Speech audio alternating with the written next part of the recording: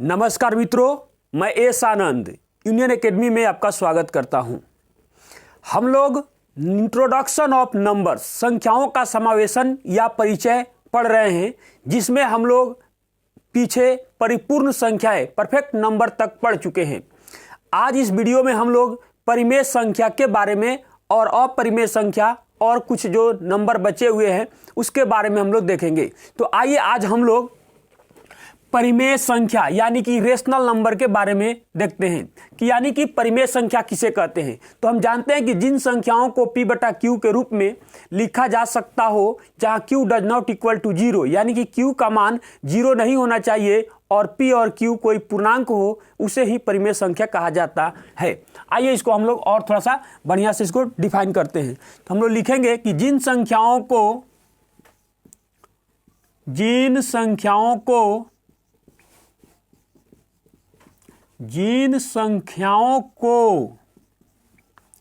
p बटा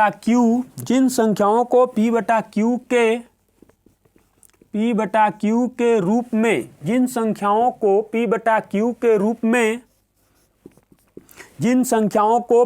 q के रूप में दर्शाया, जिन संख्याओं को p बटा q के रूप में दर्शाया जा सके, p बटा q के रूप में दर्शाया जा सके, जहां p तथा q कोई पूर्णांक संख्या हो, कोई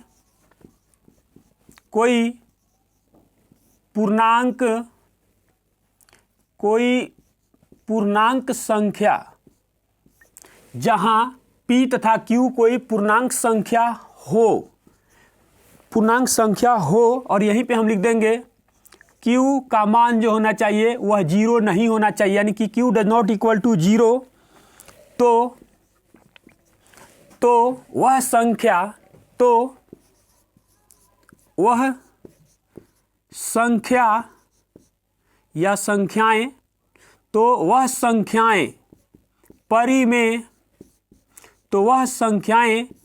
परिमेय संख्याएं कहलाती है।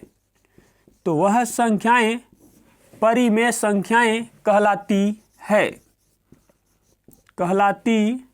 है। फॉर एग्जाम्पल, जिन संख्याओं को p बटा q के रूप में, यानी कि भिन्न में उसको लिख सके। इसका मतलब क्या हुआ? भिन्न में लिख सके। बस जैसे मान लीजिए कि 3/2 कॉमा 0 भी परिमेय संख्या होता है, क्योंकि इसके बट्टा में हम 1 लिख सकते हैं। इसलिए जैसे मान लीजिए कि पूर्णांक का मतलब ही क्या होता है? पूर्णांक का मतलब होता है धनात्मक और ऋणात्मक दोनों होता है, अर्थात कुछ भी हो सकता है। -3/4 भी हो सकता है, आप कुछ भी लिख सकते हैं। 7/8 भी लिख सकते हैं, सिर्फ 6 लिख सकते हैं, 5 लिख सकते हैं, -2 लिख सकते हैं।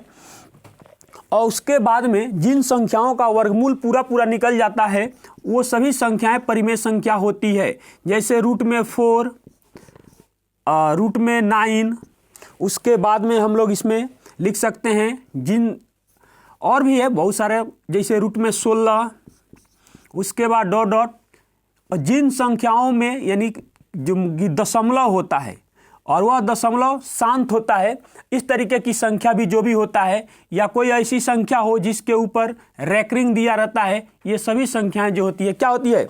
परिमेय संख्याएं होती है। जैसे एक बात और इसमें लिख दें कि यहीं पे कोमा देकर 22/7 जो होता है यह परिमेय संख्या होता है, जबकि जो पाई होता है वह एक अपरिमेय संख्या होता है। आप यहाँ नोट देकर लिख सकते हैं, नोट देकर 1 नंबर में आप लिख सकते हैं कि शांत दशमलव, यानी कि जो पूरा कटता है, शांत दशमलव ऐसे लिखेंगे, शांत दशमलव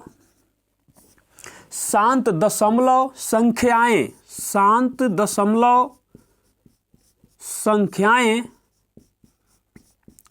परिमेय संख्याएं, शांत दशमलव संख्याएं परिमेय संख्याएं होती है।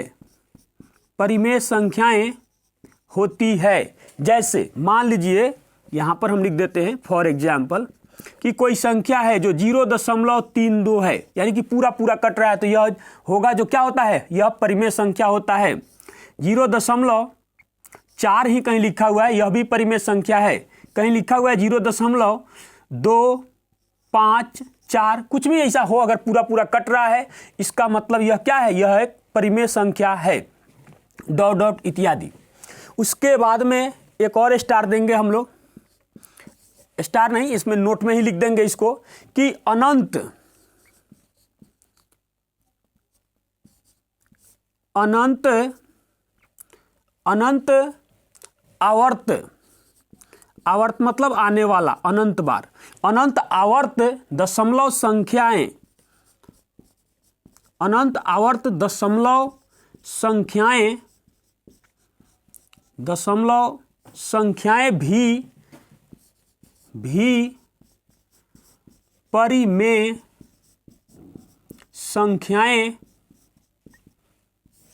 संख्याएं होती है। जैसे फॉर एग्जाम्पल, जैसे मान लीजिए कि कोई संख्या है जो 1.232323 यह लगातार आ रहा है, तो यह भी जो इस प्रकार की संख्या होती है, यह भी परिमेय संख्या होती है। इस पर हम लोग चर्चा आगे करेंगे कि यह कैसे होती है। जैसे फिर से या यहीं पे आप देख भी सकते हैं, देखिए इस जो बार बार आ रही है, इसको लिखने के लिए हम लोग रेकरिंग का प्रयोग करते हैं। तो रेकरिंग का प्रयोग करते हैं तो उसके बदले में 9 देते हैं और यह बन जाता है फिर से बट्टा में, यानी कि P/Q का रूप ले लेता है। इसलिए यह संख्या जो होती है परिमेय संख्या होती है। अर्थात जब भी ऐसा क्वेश्चन आपको मिलता है, उस संख्या को हम लोग कह सकते हैं कि इस प्रकार की संख्या भी जो होती है वह क्या होती है, परिमेय संख्या होती है। एक नोट देकर आप और भी लिख सकते हैं।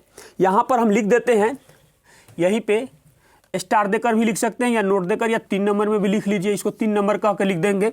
लिखेंगे कि दो परिमेय संख्याओं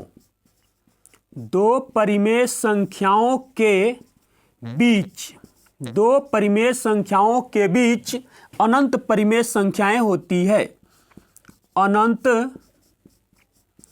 परिमेय संख्याएं होती है। दो परिमेय संख्याओं के बीच अनंत परिमेय संख्याएं होती है।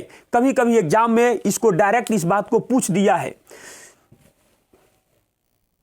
चलिए अब हम लोग अपरिमेय संख्या के बारे में देखते हैं।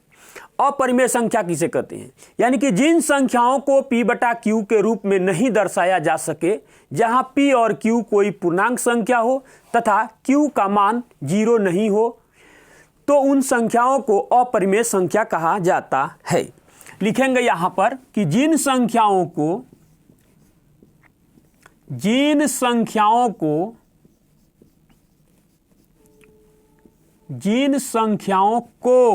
P/Q के रूप में,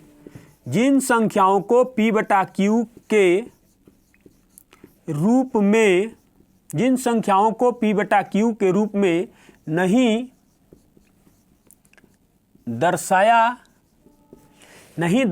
जा सके, जिन संख्याओं को P/Q के रूप में नहीं दर्शाया जा सके, जहां P तथा Q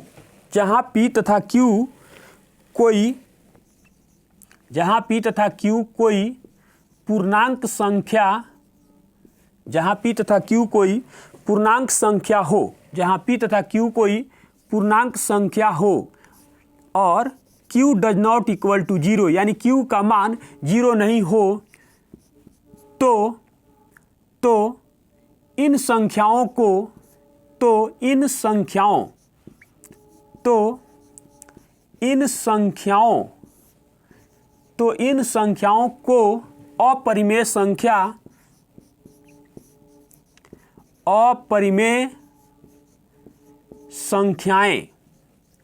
अपरिमेय चाहे इसे भी लिख सकते थे, ठीक है। तो इन संख्याओं को अपरिमेय संख्याएं कहते हैं, चाहे कहलाती है। अपरिमेय संख्याएं कहलाती है, अपरिमेय संख्याएं कहलाती है। जैसे फॉर एग्जाम्पल, इसमें एक चीज समझिएगा। फॉर एग्जाम्पल देखिए, पाई का जो मान है जो वह 22/7 जो लिखते हैं वह परिमेय संख्या है, जबकि पाई एक अपरिमेय संख्या, इसको याद कर लीजिएगा। एक्सपोनेंशियल ई जो एक होता है यह भी अपरिमेय संख्या ही होता है।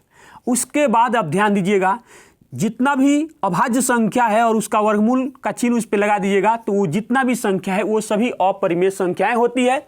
और वैसे भी संख्याएं जिनका पूरा यानी कि नहीं निकल सकता है उसका वर्गमूल, वो सभी संख्याएं भी अपरिमेय संख्या होती है। √2, √3, √5, उसके बाद में हम लोग इसमें लिखेंगे √6, उसके बाद √7, उसके बाद में रूट में 11, उसके बाद में डॉट लगा देते हैं।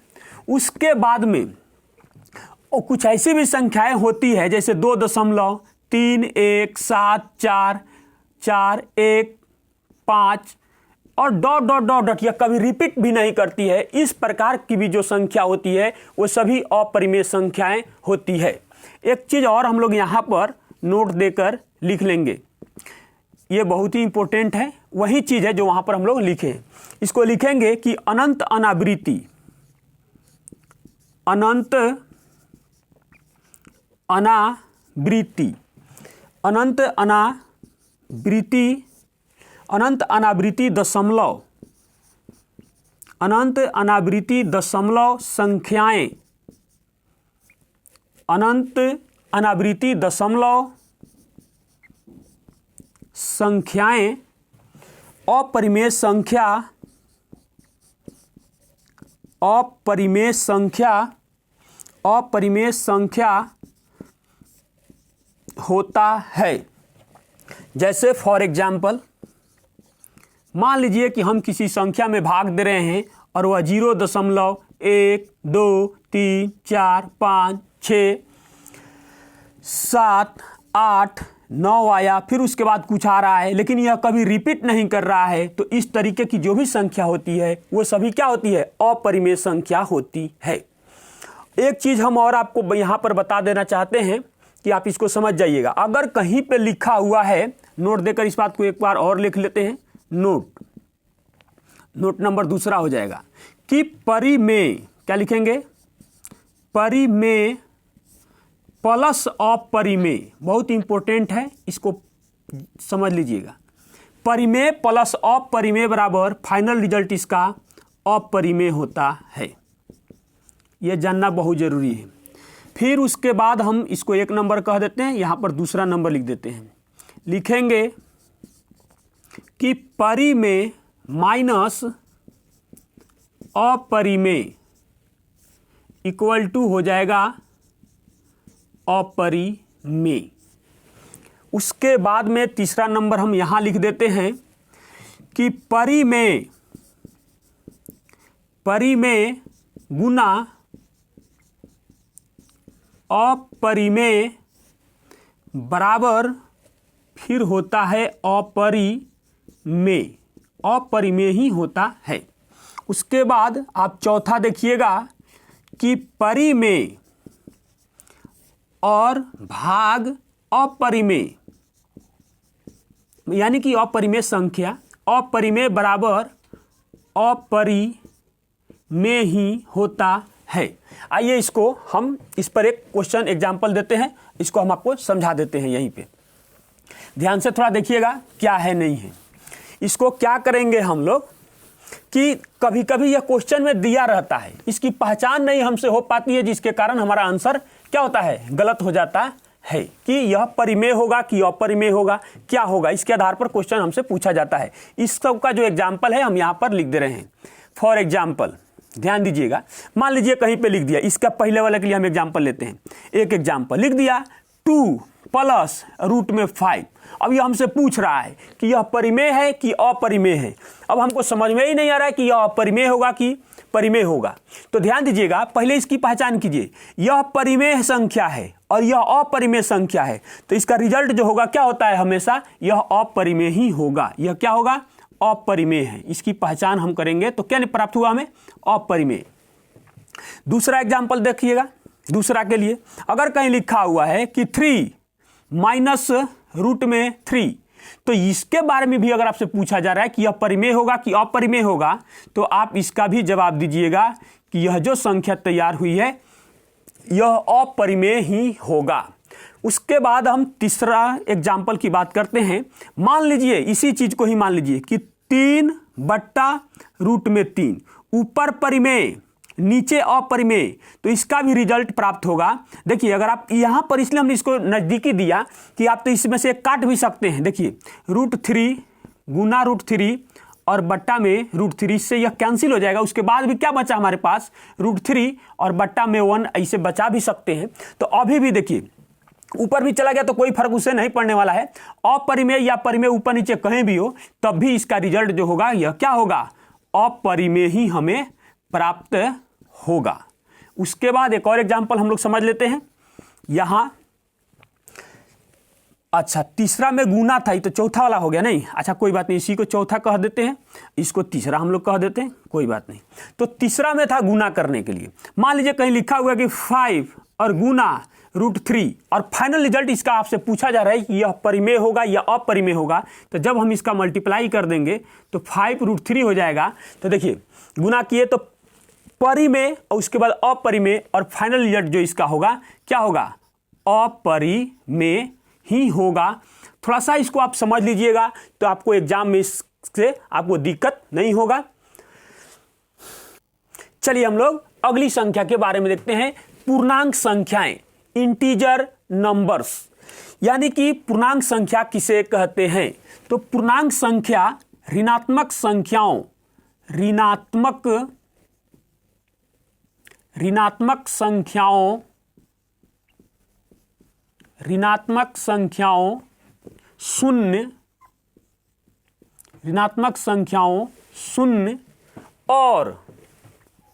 शून्य और प्राकृत संख्याओं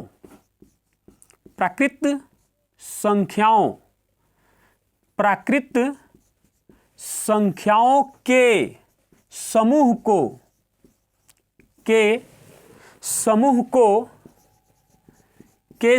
को पूर्णांक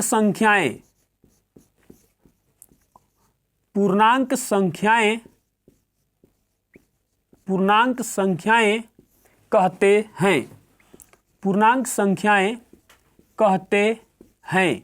इसे लिख देते हैं, इसके संकेत को भी। इसे I से सूचित किया जाता है। इसे I से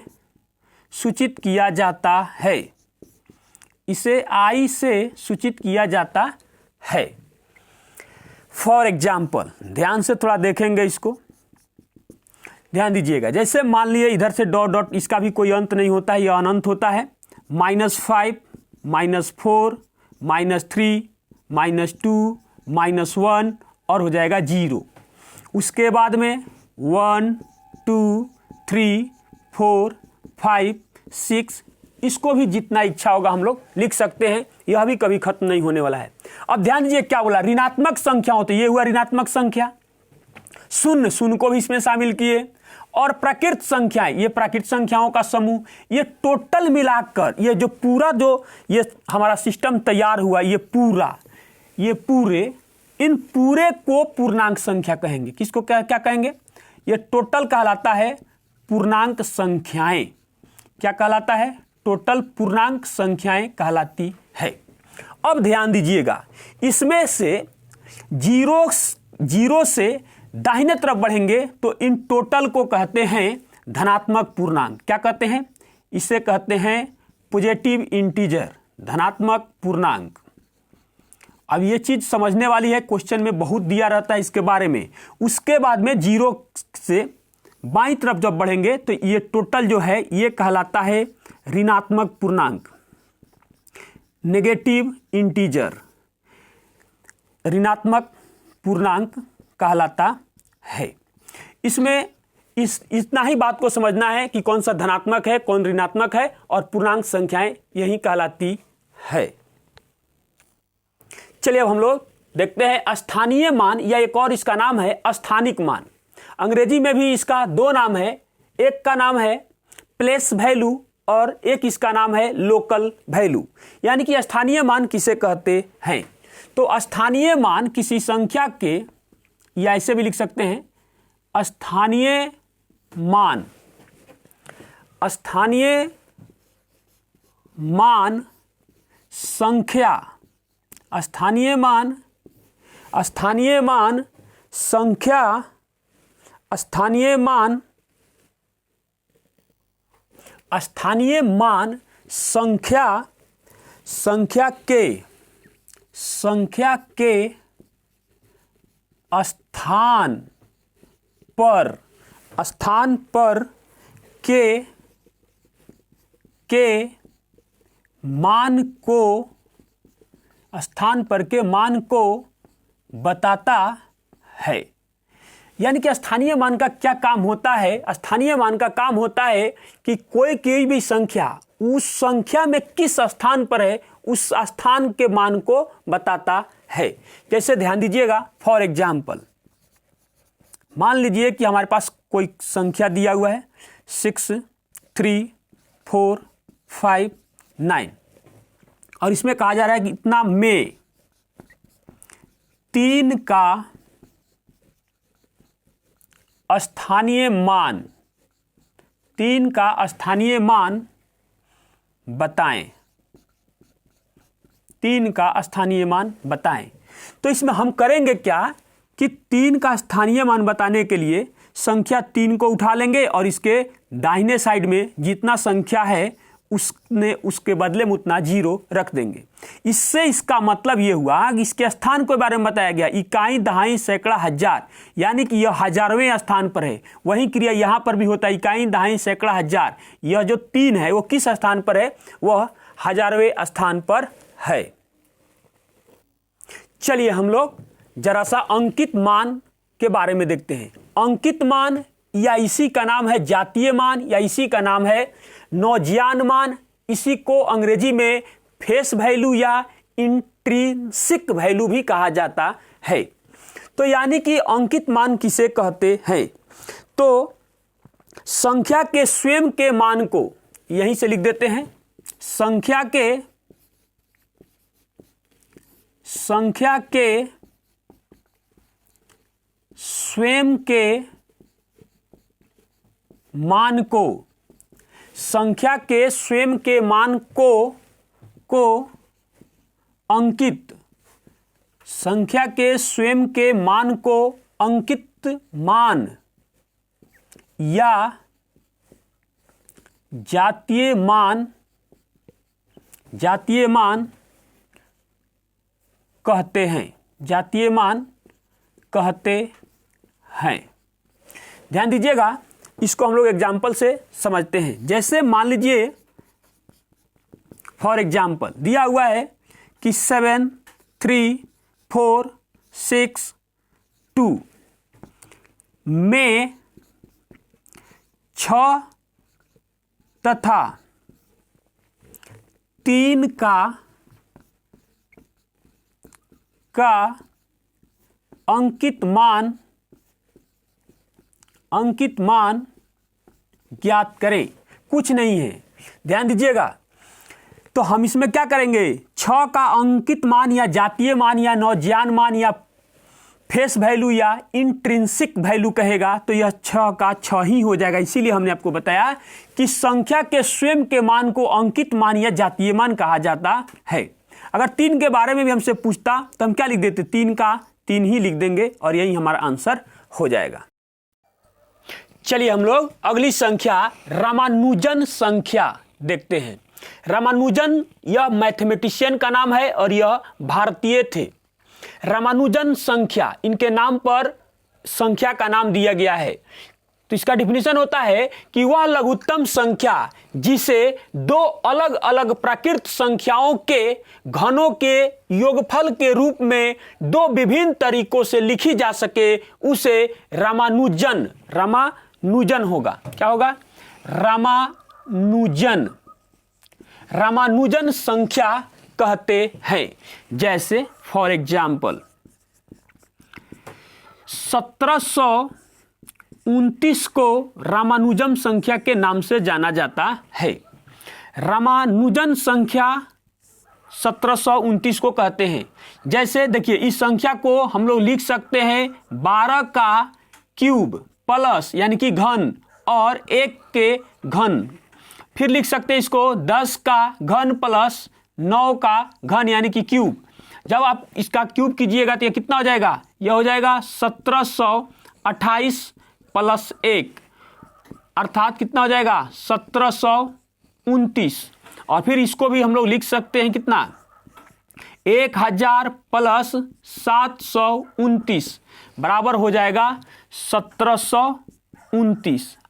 अर्थात 1729 को रामानुजन संख्या के नाम से जाना जाता है। अब हम लोग संख्याओं का समावेशन या परिचय यानी कि इंट्रोडक्शन ऑफ नंबर्स में इन संख्याओं के बारे में हम लोगों ने जाना और हमने अपने तरफ से आपको समझाने की पूरी कोशिश की, अपना 100% आपको दिया। आज के लिए बस इतना ही, मिलते हैं एक और बेहतर क्लास में, तब तक के लिए धन्यवाद।